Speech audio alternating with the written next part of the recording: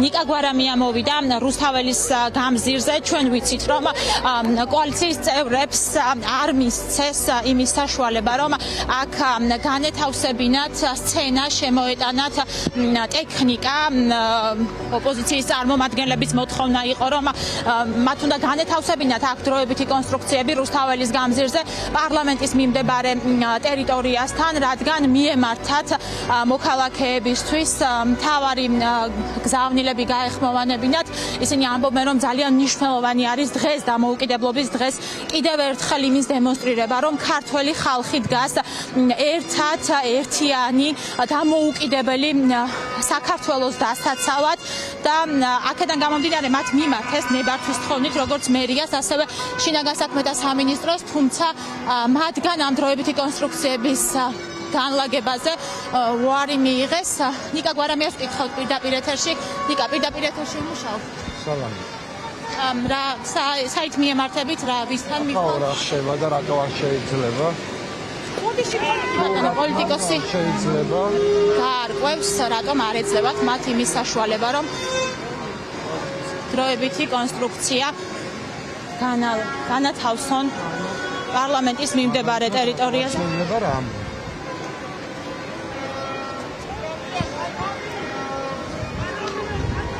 სხვადასხვა ვერსიები მოვისმინეთ, როგორც შინაგან საქმეთა სამინისტროს მხრიდან, მერიის მხრიდან.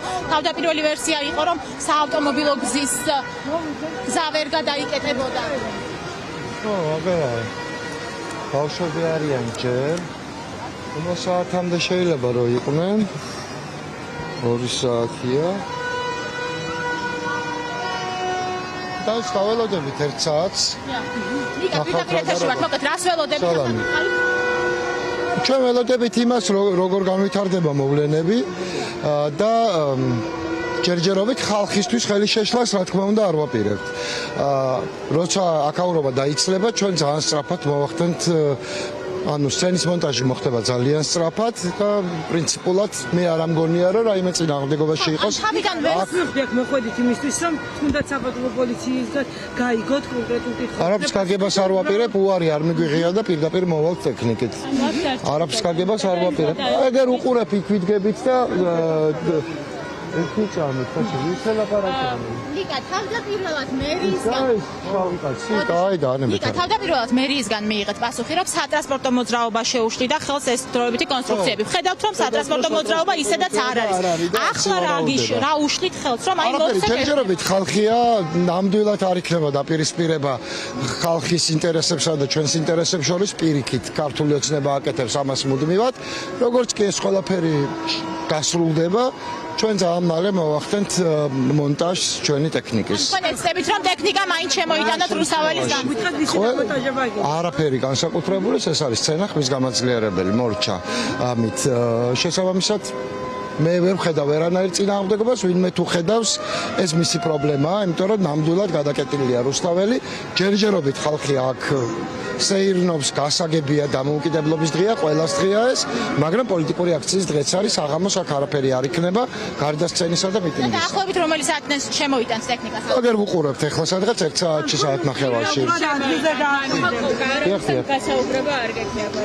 თუ ვინმე ხელს შეგვიშლის, მე გასაუბრება იქნება, თავისთავად ცხადია, მაგრამ გაფრთხილება მიღებული აქვს ამ ხალხს, აქ მოძრაობა შეზღუდულია, არაფერი არ ხდება, ხედავთ, პირიქით მზად არის ყველაფერი იმისთვის, რომ აქ ადამიანებს გახვდნენ და სცენაც იყოს და გახმოვანებაც, ამას გავაკეთებთ სწორედ.